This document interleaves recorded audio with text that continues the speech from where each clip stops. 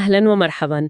اليوم رح نحكي عن قضية مغربية، يعني معقدة شوي، صارت بال2010. قضية اختفاء الطفلة خولة، كان عمرها 5 سنين وقتها. أهلا بك. نعم. المصدر اللي عم نعتمد عليه هو فيديو يوتيوب بيشرح تفاصيل التحقيقات، ويقال إنه بيستند لمحاضر قضائية.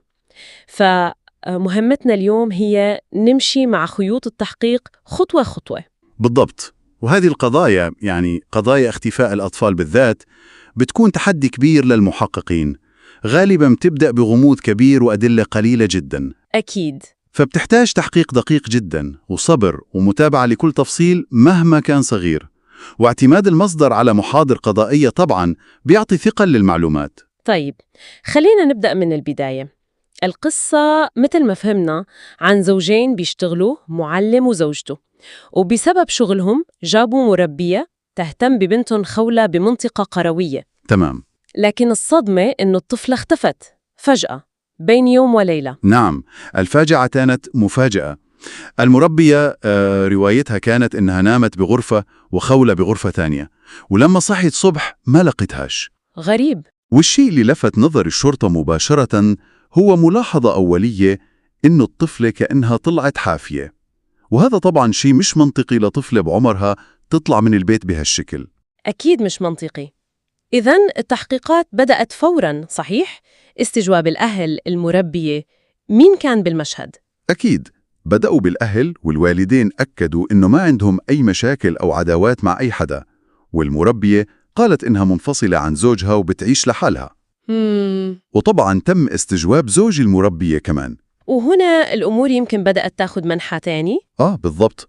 زوج المربية بالأول قدم حجة غياب قوية، يعني دليل إنه ما كان موجود وقت الاختفاء المفترض. وشو كانت هالحجة؟ ادعى إنه كان مع صديقه الحلاق طول الوقت، وهذه الحجة يعني مبدئياً كانت قوية وتبعد عنه الشبهات. لكن أكيد في لكن بالموضوع. تماماً. هنا صارت النقطة الحاسمة، نقطة التحول بالقضية كلها. شو هي؟ صديقه الحلاق بعد فترة رجع للشرطة وغير أقواله. معقول؟ إيه نعم، اعترف إنه زوج المربي طلب منه يكذب ويعطي غطاء لهديك الليلة. طبعاً هذا الاعتراف نسف حجة الغياب تماماً، ووجه كل الشكوك مباشرة لزوج المربية. يا إلهي، شهادة زور كانت ممكن تضيع القضية كلها. هذا الاعتراف أكيد غير كل مسار التحقيق. شو كانت الخطوة اللي بعدها؟ بناءً على هالمعلومة الجديدة، النيابة العامة طبعاً أصدرت أمر بتفتيش بيت زوج المربية. وفتشوا البيت، هل لقوا شيء؟ بالبداية داخل البيت ما لقوا شيء مهم، لكن المفاجأة كانت على السطح. على السطح؟ نعم، كان في غرفة شبه مهجورة فيها أغراض قديمة وتلاجة خربانة. وراها التلاجة لقوا ملابس الطفلة خولة مخبأة. يا ساتر، نفس الملابس اللي كانت لابستها يوم اختفت؟ نفسها بالضبط.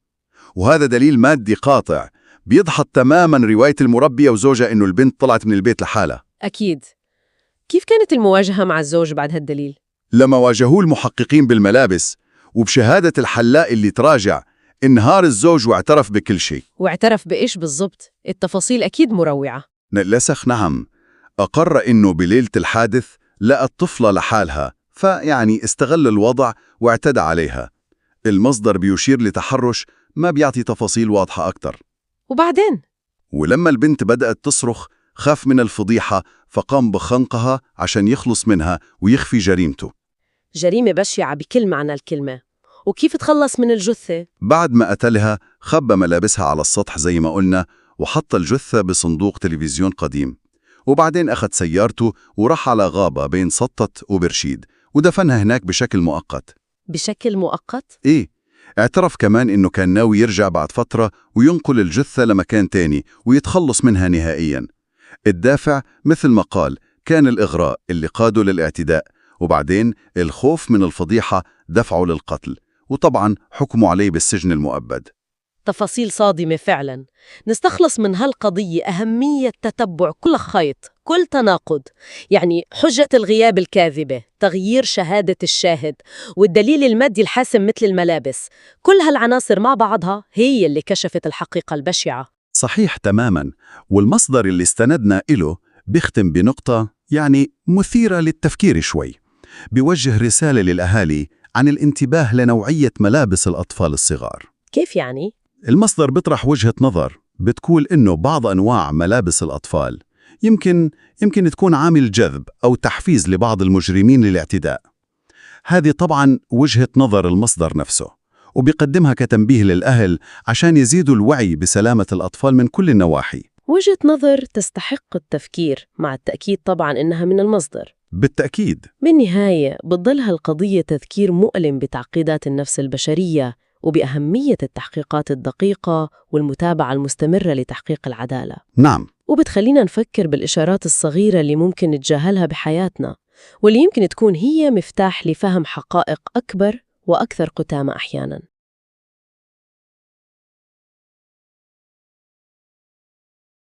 أهلاً ومرحباً. النهاردة هنفتح ملف شائك شوية عن سلسلة جرائم عنيفة هزت المغرب سنة 2017. بنتكلم عن سرقات بالإكراه وحتى وصلت للقتل. أهلاً بك. فعلاً القضية دي كانت معقدة جداً، وإحنا اعتمدنا بشكل أساسي على فيديو بيوثق التحقيقات وكيف انكشفت خيوط العصابة دي. تمام، خلينا نبدأ ونحاول نفك خيوط القضايا دي خطوة بخطوة، من الغموض اللي كان في الأول لحد ما اللغز اتحل. بالضبط. البداية كانت في مدينة كلميم سنة 2017. في الأول الموضوع بان كأنه حادثة فردية، بشعة جداً. إيه اللي حصل؟ كان في بائع خضار هو وزوجته وبنتهم الصغيرة يدوب 4 سنين في بيتهم بالليل، يا لطيف. وفجأة حد خبط على الباب، قال إنه عايز يشتري بيض، حجة بسيطة جداً. حجة بسيطة، لكن أكيد كان وراها شيء تاني. طبعاً أول ما فتح الباب اتهجم عليه بسكينة في رقبته على طول، وورا المهاجم ده دخل 3 تانيين بسرعة. 4 مرة واحدة؟ واحد واقف على الباب يراقب، و2 ساعدوا الأولاني يسيطروا على الراجل ومراته، ربطوهم واعتدوا على الزوجة كمان. الوضع كان مرعب أكيد. وسرقوا إيه؟ سرقوا مبلغ كبير حوالي 24 مليون غالباً سنتيم، والمهم هنا إنهم كانوا لابسين قفازات. قفازات؟ ده معناه تخطيط مسبق يعني. بالظبط، ده منع وجود أي بصمات. الضحية قال للشرطة وهو في المستشفى إنه محدش يعرف بالمبلغ ده غير مراته، فالشرطة ما كانش عندها أي دليل مادي تبدأ بيه. يعني طريق مسدود تقريباً في البداية. تقريباً بس القصة مخلصتش هنا. بعدها بفترة حصلت جريمة تانية بنفس الأسلوب تقريباً. جريمة تانية؟ مين الضحية المرة دي؟ صاحب محل، وبرضه الهجوم كان بالليل وبنفس الحجة، حد عايز يشتري حاجة بسيطة، تارة أو بزانية زي ما بنقول. وكرروا نفس السيناريو؟ بشكل مشابه جدا، بس في تفصيلة جديدة. لما صاحب المحل خرج عملوا له كمين واعتدوا عليه بسكينة وربطوه، بس المرة دي استخدموا سلك معدني. سلك معدني؟ والنقطة دي مهمة جدا وهنعرف ليه بعدين.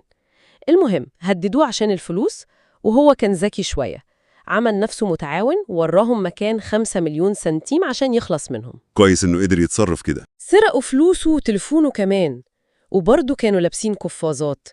هنا بقى الشرطة بدأت تربط الخيوط بجد. أكيد، نفس الأسلوب تقريباً، القفازات ودلوقتي السلك المعدني.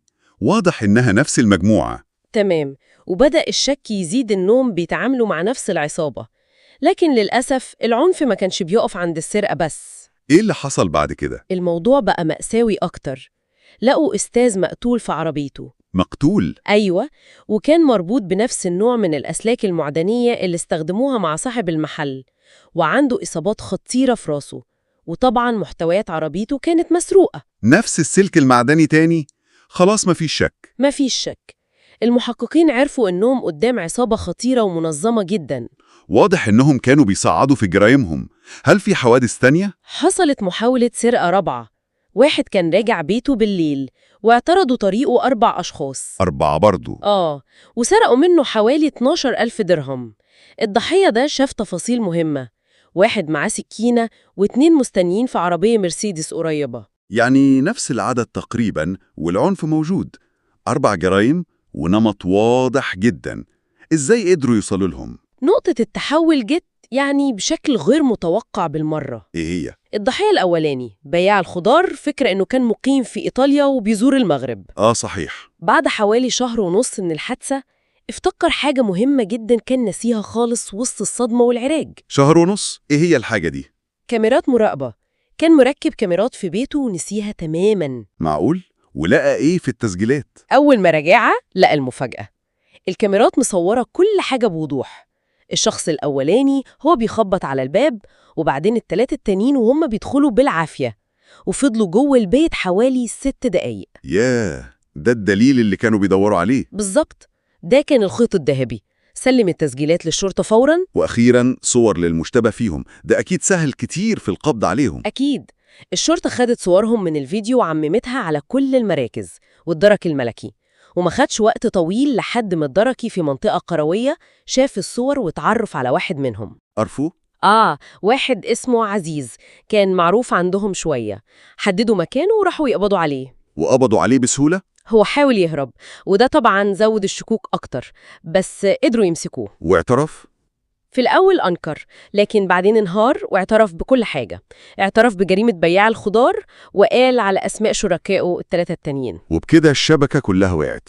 تماماً، اتقبض عليهم كلهم، واعترفوا بكل الجرائم اللي اتكلمنا عنها: سرقة بياع الخضار وصاحب المحل وقتل الأستاذ والمحاولة الرابعة كمان. نهاية متوقعة لعصابة زي دي.